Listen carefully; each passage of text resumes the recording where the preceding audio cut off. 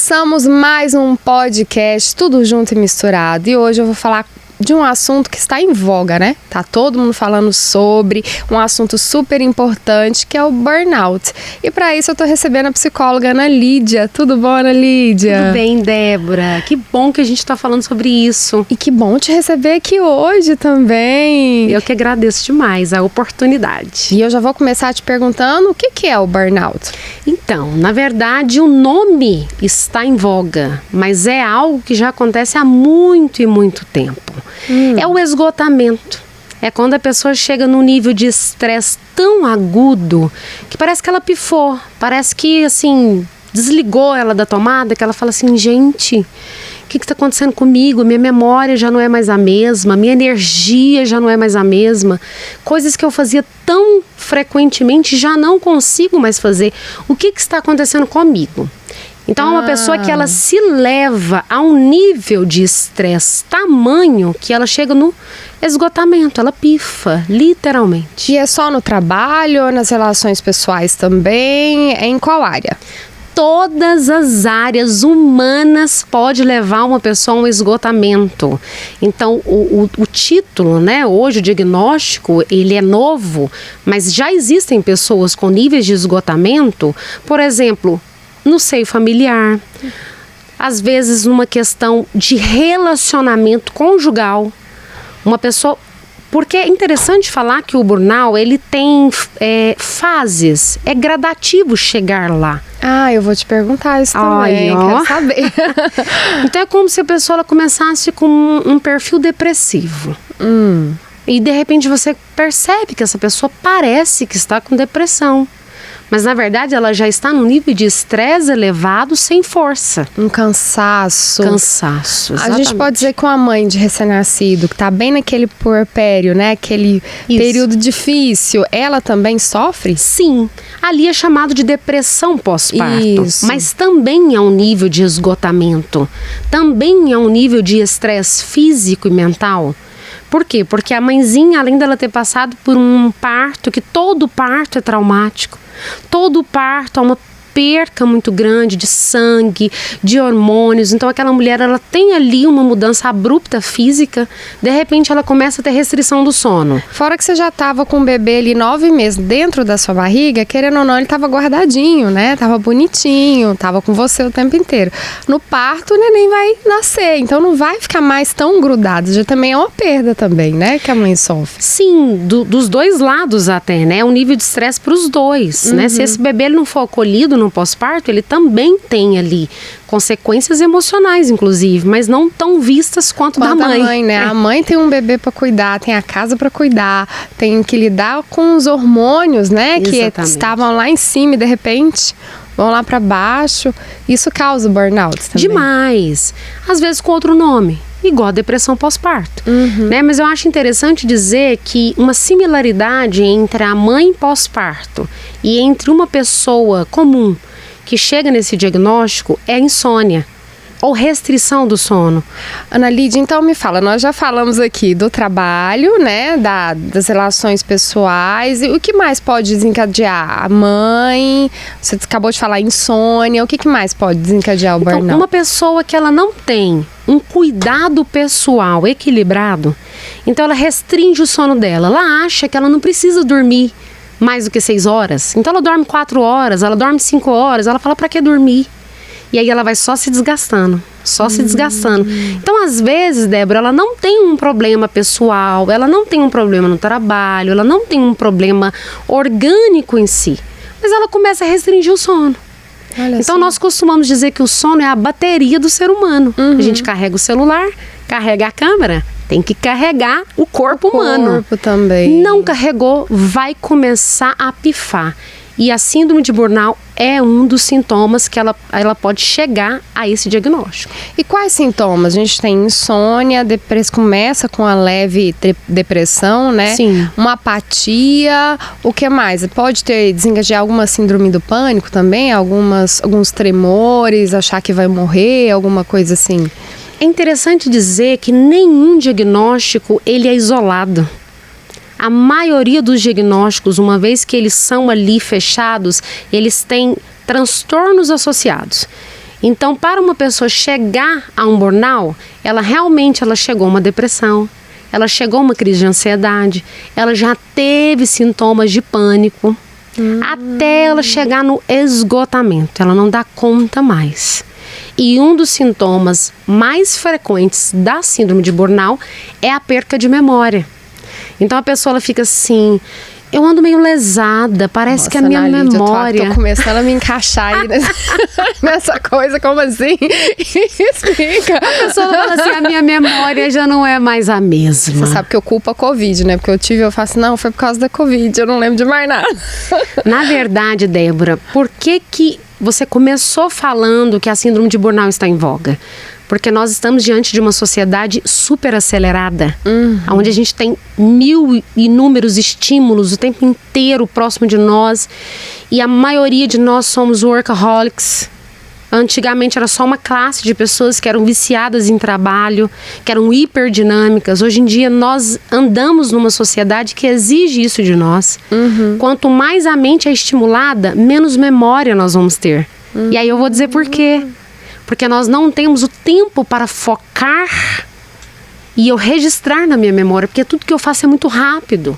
E de repente eu não foco, eu não registro na memória, eu não lembro. Como que eu vou lembrar uma coisa que eu nem olhei e foquei e registrei? Entendeu? Olha só! Então, por conta da mente superestimulada, nós costumamos agora ter uma espécie de déficit de atenção, que é o prejuízo da memória. Mas a pessoa que ela está no caminho do burnout é um pouco mais severo. De fato, o Covid prejudicou a memória de muita gente. Nós precisamos compreender isso. Mas a pessoa que ela está no caminho do burnout, ela realmente não consegue se lembrar de coisas básicas. Ela começa a ficar muito esquecida.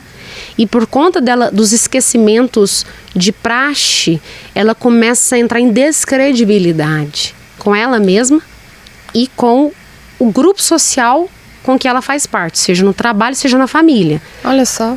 Então essas pessoas que convivem, ela começa a dizer assim, não pode confiar, não pode confiar, ela tá muito esquecida. Não confia essa conta para ela pagar, porque ela vai atrasar. Olha, não confia ela levar isso, porque vai esquecer. Entendi. Então é uma pessoa que ela entra em descredibilidade. Vamos supor, no ambiente de trabalho, eu confiava super nessa pessoa para passar para ela uma demanda. Não vou passar mais para ela porque a fulana já não é mais a mesma. Já não tá dando conta mais. E isso independe da idade. Porque olha essa frase, essa pessoa já não tá dando conta mais, que você diz. Parece uma frase de um idoso, né? Nossa, tadinho. Tadinho, já chegou no fulano não tá dando conta mais. Não, às vezes é um jovem de 30 anos. Às vezes é uma pessoa de 40 anos, no auge da carreira, da vida. Ela não está dando conta mais. Por quê? Esgotamento. E o esgotamento, ele realmente muda suas características básicas. Transforma sua personalidade. De repente você começa a ser uma pessoa negativa, uma pessoa pessimista, uma pessoa isolada, uma pessoa que não quer conversar mais, que não quer interagir. As pessoas falam, o que está acontecendo com você? Você não é assim? Começa a ficar mais introspectivo, né? Sim, exatamente. E aí pode levar a um isolamento que leva à depressão, né? Porque a pessoa vai se isolando, não relaciona com mais ninguém e acaba se deprimindo. Mas hoje em dia também, não é o nosso assunto, mas está muito em voga, né? Os adultos falarem que agora descobriram TDAH. Eu tinha TDAH quando infância, na minha época ninguém diagnosticava, eu não consigo focar. Eu sou hiperativo, na minha época não diagnosticava isso e eu não consigo focar. Pode ser também, ou é o burnout e a pessoa quer assim, justificar, né? Que não tá dando a devida atenção. Augusto Cury chama de SPA, Síndrome do Pensamento Acelerado, o que hoje a gente usa como TDAH, que é o transtorno de hiperatividade com déficit de atenção. Hoje nós estamos diante de uma sociedade super acelerada, onde é muito mais provável que as pessoas tenham SPA do que o TDAH. Por conta da mente acelerada, é difícil focar mesmo. É difícil ficar quieto. A gente vai seguindo o fluxo da vida, que a vida vai nos levando. Como diz o sábio Zeca Pagodinho, deixa a vida me levar. Mas o fato é que a nossa sociedade hoje, ela conduz as pessoas a serem hiperativas. Então, seria uma leviandade da parte das pessoas se autodiagnosticarem. Não é só porque elas se identificam com alguns comportamentos, com alguns perfis, que significa, nossa, é isso e pronto. Porque muitas vezes é uma justificativa daquilo que falta em mim, daquilo que eu preciso melhorar. Mas quando eu entro num diagnóstico, num perfil, é como se eu entrasse numa resposta de mim mesma, que eu falo que é uma gaiola, e falo assim, gente, vocês não entendem que eu não consigo sair dessa gaiola, porque eu sou isso. E pronto. E aí ele se reduz ali, se define ali.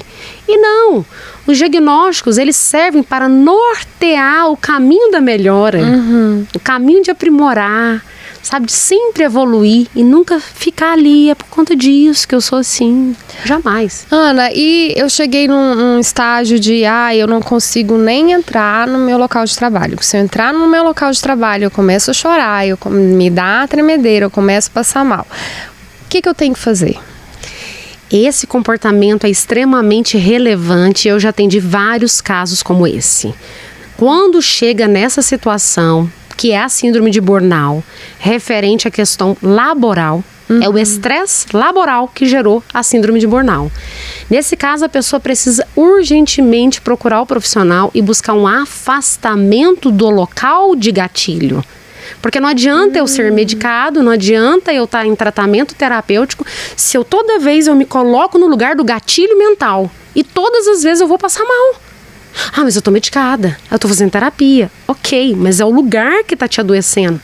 A sua interpretação do local tá adoecida. É o gatilho, né? É o gatilho. Então a pessoa, ela precisa de um afastamento. E procurar a terapia, procurar o medicamento, isso. Exatamente. A síndrome de burnout, ela não pode ser vencida sem o tripé.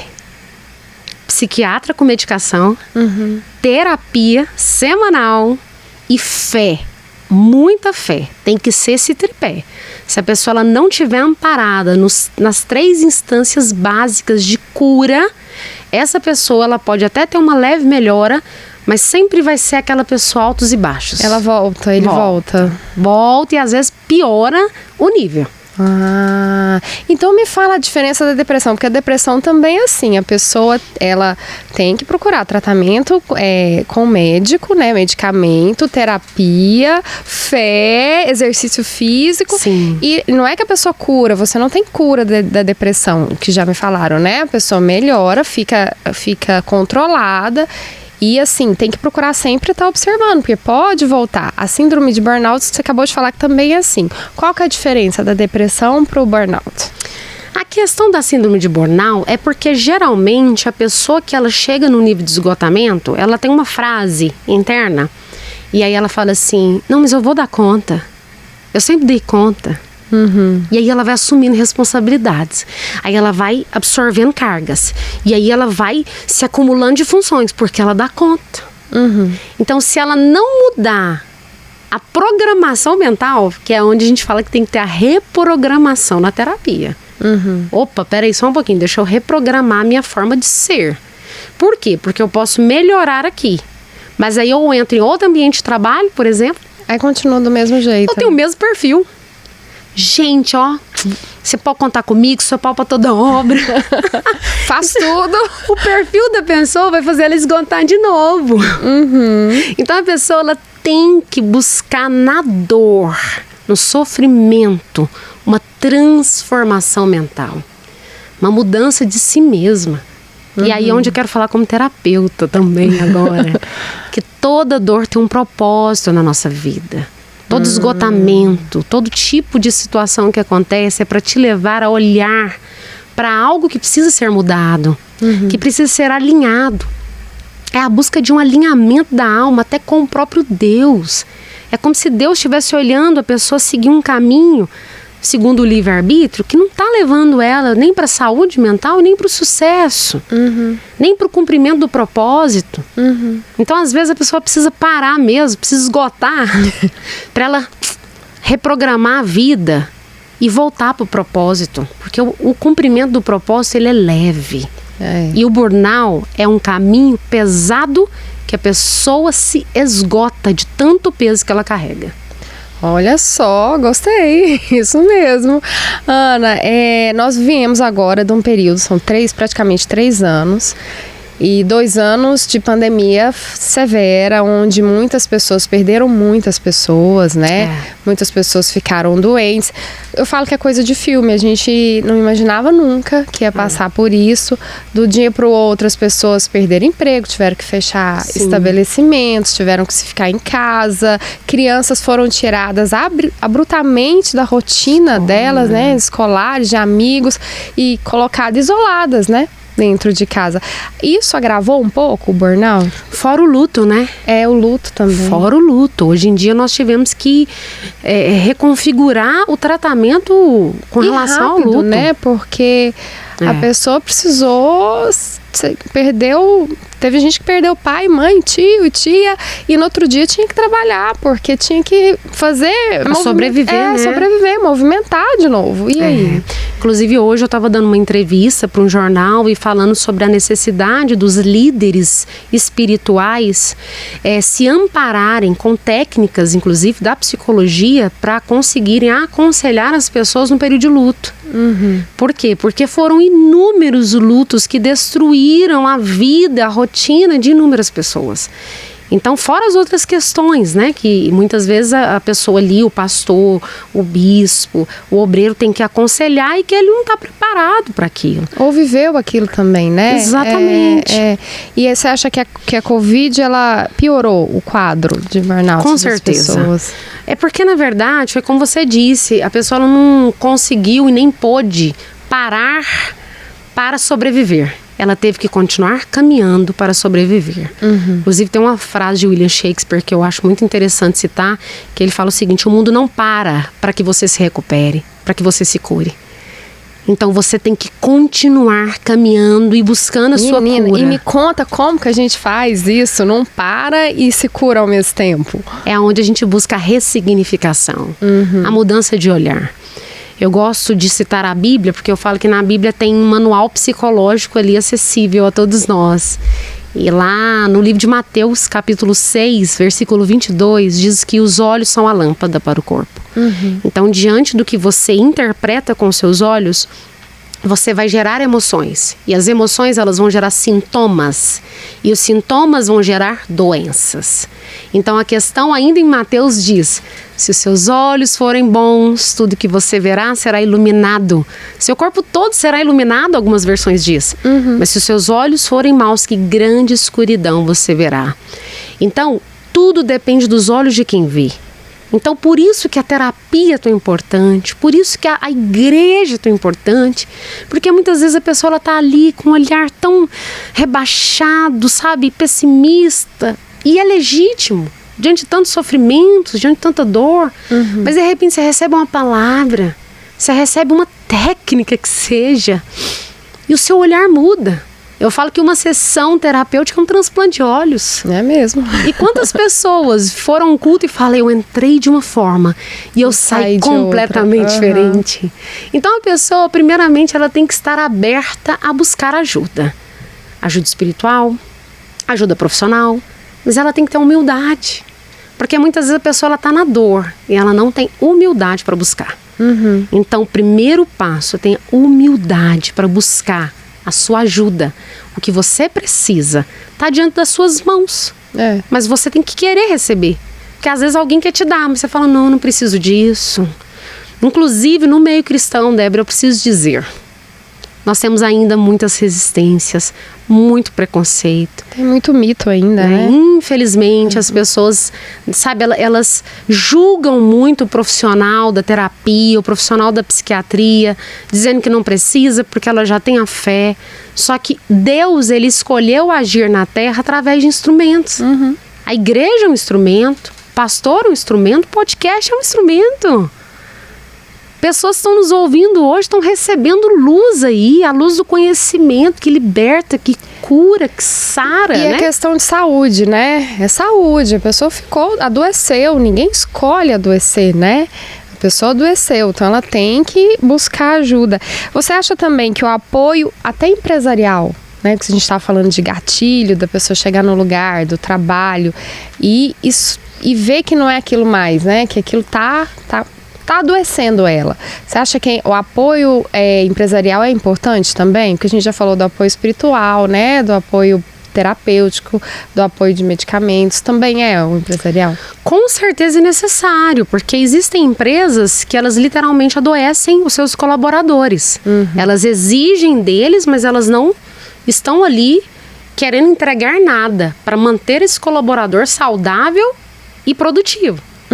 Então, se a empresa entender que investir no apoio socioemocional do colaborador vai fazer com que essa empresa tenha estabilidade de funcionários, tenha uma produtividade constante e crescente, com certeza esta empresa terá muito mais retorno se ela oferecer esse apoio. E a síndrome de burnout, ela pode ser prevenida? Pode. E como que a gente faz? Inclusive com um podcast como esse, com tanta informação sendo aqui compartilhada. Então a ideia é: não faça além do que você realmente consegue fazer. Às vezes a pessoa, ela tem uma necessidade muito grande de agradar, sabe? De ser vista. Inclusive decorrente a traumas de infância, né? Eu não fui visto pelos meus pais, quero ser visto pelos meus chefes, né? Até pelos meus pastores. A pessoa quer ser vista. Então ela começa a se acumular de funções. Então pessoas que se acumulam de funções, que ela não consegue ficar só no lugar dela, com aquilo que foi pedido a ela, ser excelente naquilo que ela puder fazer, mas sem absorver e acumular. Sem absorver e acumular. Olha aqui o meu olhar. Eu estou olhando para todos os departamentos, estou olhando para todas as pessoas e de alguma forma eu absorvo isso. Mas se eu foco no meu lugar e eu quero ser ótimo, eu quero ser com excelência aqui, no meu lugar é leve. Mas a pessoa que ela se sobrecarrega, vou citar a Bíblia de novo. A Bíblia diz que cada um tem a sua própria carga e que nós podemos até ajudar uns aos outros a levar as suas cargas, mas não carregar a carga um do outro. No momento que você carrega a carga um do outro é que você entra na sobrecarga. É aquele ditado popular também, cada um com seus problemas, né? Exatamente. Então a sobrecarga é o principal motivo da síndrome de burnout. Toda pessoa que chega no esgotamento, ela se sente sobrecarregada. Primeira fala dela, ela já vai anunciar: nossa, eu ando tão sobrecarregada por conta da sobrecarga que eu tô com perca de memória. Por conta da sobrecarga que eu não tô dormindo direito. Por conta da sobrecarga que eu não tô comendo direito. Eu não tô fazendo exercício. Não tô mais socializando. Entendeu o caminho? Entendi. Sobrecarga. Então tem como prevenir. Tem como. E Ana, qual dica que você dá para os pais, né? Porque a gente vê muito hoje em dia os pais exigindo dos filhos demais. Eu falo que tem criança que não é criança, estuda e faz natação, inglês, francês e não sei o que mais. Esporte tem que fazer, mas acumula os esportes, né? E aquela exigência, você tem que ser sempre o primeiro, tem que sempre tirar a nota máxima, porque vai passar no vestibular em primeiro lugar e aquela coisa toda. E isso também sobrecarrega a criança, né? Qual dica que você dá para não crescer um adolescente já sobrecarregado e um adulto que vai ter burnout, etc, etc? Tão interessante e sensível da sua parte falar sobre isso, porque hoje nós estamos verdadeiramente diante de crianças com uma agenda sobrecarregada. Então nós falamos sobre sobrecarga aqui. E estamos falando sobre crianças com uma agenda extremamente sobrecarregada. Então, é incomum uma criança chegar, por exemplo, a esse diagnóstico. Por quê? Porque ela tem realmente uma fisiologia a favor dela. Ela tem mais energia. Porém, nós estamos diante de crianças depressivas. Então, aumentou muito o quadro de crianças depressivas. Lembra que eu falei no início, a depressão é um dos sinais que a pessoa vai chegar no burnout? Então, as crianças, elas estão sendo muito exigidas, muito cobradas e muito comparadas. E isso demais. Demais. E isso não gera só um prejuízo físico e mental, mas isso gera uma ruptura na formação da personalidade dela. Porque a criança, segundo a ciência, ela está em formação da personalidade até os 17 anos. E é a fase que mais ela está sendo cobrada, exigida e comparada. De 15 a 17, acho que é o Enem, né? Ensino médio, é a fase que mais está sendo cobrada. E o nosso sistema de ensino é adoecedor. Infelizmente, hoje, nós temos essa geração de adolescentes, são o público que mais toma medicação hoje. Para ansiedade. Para ansiedade, para depressão, para foco, para tudo, para dormir. Então, assim, infelizmente, nós deveríamos hoje olhar para essa geração com mais flexibilidade, com mais acolhimento. É muito raro eu atender pais que me dizem assim: convença os meus filhos a não terem que se exigir tanto para passar numa federal, porque eu estou disposto a pagar uma particular para que eles tenham paz. A paz dos meus filhos, a saúde deles é muito mais importante que o currículo. Eu falo, uau, você tinha que palestrar para a humanidade, porque é tão raro. Porque o comum é os pais exigirem. Você tem que passar, já gastei demais, e nananã. Só estuda, não faz outra coisa. Aí a pessoa adoece, ela até entra na faculdade, mas ela entra adoecida, ela perde a essência dela, ela perde a personalidade. Ah, que preço, né? Ah, que preço.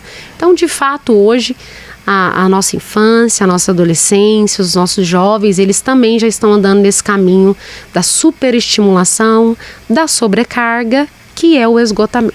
E é deixar a criança ser criança, Ana? Você sabe que criança tem que ficar à toa, né? É, criança tem que ser criança. Eu lembro uma vez, eu acompanhei um casal de pais também, que eles falaram assim: a gente fica muito cansado, porque o tempo inteiro a gente está tendo que estimular os nossos filhos, dar alguma coisa para eles. Eu falo, mas por que vocês acham que vocês têm que fazer isso? Deixa a criança ficar à toa um pouco, ela precisa disso. E é comprovado cientificamente que a criança precisa ficar, relaxada, sem fazer nada. Ali ela entra no mundo lúdico dela também. Então a mente da criança, ela é muito criativa. Então a criança, ela não tem que estar o tempo inteiro em atividade. A gente pode deixar a criança ali quietinha e tá tudo bem. Então a dica máxima, tanto para o adulto quanto para os pais, né, para fazer com seus filhos, é flexibilidade. Sabe? Não se exija, não se cobre. Sabe? Se acolha mais os seus filhos. Tire você e tire os seus filhos do rol de comparação. Você é um ser único e especial, você não precisa se comparar a ninguém. Deus não compara você a ninguém, por que você está se comparando? E por que você está comparando seus filhos? Sabe? Então a ideia é sair desse lugar de comparação, de exigência, de autocobrança e começa a se acolher, se abraçar, agradecer a você pelo que você pode fazer. Eu falo, é o que você tem para o momento, então tá ótimo. Se é o que você tem para o momento é o suficiente agora, se acolhe e agradeça, é o suficiente. Ana, foi muito bom, passou muito rápido, né? Passa rápido demais. Foi muito bom o nosso bate-papo, foi muito esclarecedor, muito obrigada, viu? Eu nem falei que eu tive síndrome de burnout, né? Então pode falar, a gente aguenta mais um pouquinho. Eu falei só como terapeuta, né, como observadora, mas na verdade eu cheguei a esse diagnóstico. Eu fui afastada pelo INSS por 5 meses. Foram 2 afastamentos. Eu falo que para ser afastada pelo INSS você tem que ter fratura exposta. E mesmo assim, às vezes o perito fala assim, não, você dá conta de trabalhar. Eu falo que eu tava tão ruim que eu cheguei e o médico falou assim, pega 3 meses para você. E eu falei, eu preciso de 3 meses. E aí eu fiquei 3 meses basicamente em repouso. Eu não conseguia ter força para me alimentar. Eu não conseguia ter força para sair da minha casa. A minha síndrome de burnout, que foi o esgotamento, foi associado com síndrome do pânico e depressão profunda. Por isso que eu falei, é muito incomum um diagnóstico ser isolado. Ele sempre vem associado. E eu sou uma prova viva disso. Então, fiquei muito isolada socialmente, sem usar celular, sem receber visitas, porque eu realmente fiquei assim, no meu nível limite. E eu me lembro que, inclusive, eu perguntava para Deus, como que eu cheguei nesse nível? E eu já era psicóloga, eu estava no 1º ano de formada. Falei, como que eu cheguei nesse nível? E eu me lembro que, lendo um livro, eu tive essa resposta. Um livro de Max Lucado, que eu gosto muito. E no momento que eu perguntei para Deus, eu li. Porque ninguém pode tirar uma pessoa do deserto se ela não passar por ele primeiro. Olha só. E eu fico até emocionada em lembrar. Eu me lembro também que o Espírito Santo me trouxe muito forte, que eu conhecia todos aqueles transtornos pelos livros, mas que naquele momento eu tinha a oportunidade de sentir na minha pele, para que eu pudesse entender as pessoas que iriam vir até mim. Então foi muito forte. A depressão profunda, a síndrome de pânico, o meu celular tocava, eu tremia todinha. Olha só. Sabe, assim, eu tive vários tipos de sintoma e o esgotamento era nível máximo, que eu não conseguia levantar para comer. Tive um emagrecimento muito rápido e abrupto. Sempre quis ser magra, mas daquele jeito eu não queria não, Débora. Ah, ninguém merece? Não pode não. Mas eu digo pra você que eu passaria por tudo de novo. Porque, na verdade, foi uma reconfiguração de mente. Foi uma mudança, sabe? Eu voltei pro meu propósito e eu entendi que era leve. Então, ao todo, a minha síndrome de burnout durou 6 meses. Olha só. Mas eu voltei nova. Amém. Renovada, transformada, uma mente reprogramada, alinhada ao propósito e evitando que isso pudesse acontecer de novo. Mas é igual você falou, né? São os propósitos, né, de Deus na nossa vida. E amém que você hoje está aqui, né? Cheia de energia, cheia de força. vida, de força e pronta para atender todos os tipos de pacientes. E sem sobrecarregar, sem absorver carga de ninguém. Isso aí. Ana, muito obrigada, viu? Obrigada a você, muito Débora. Bom saber do seu testemunho e foi muito bom, muito esclarecedor o nosso bate-papo aqui hoje. Que bom, fico muito feliz por vocês terem me ouvido e poder compartilhar não só a teoria, mas a prática e a realidade. Isso mesmo. E eu te espero no próximo podcast. Tchau, tchau.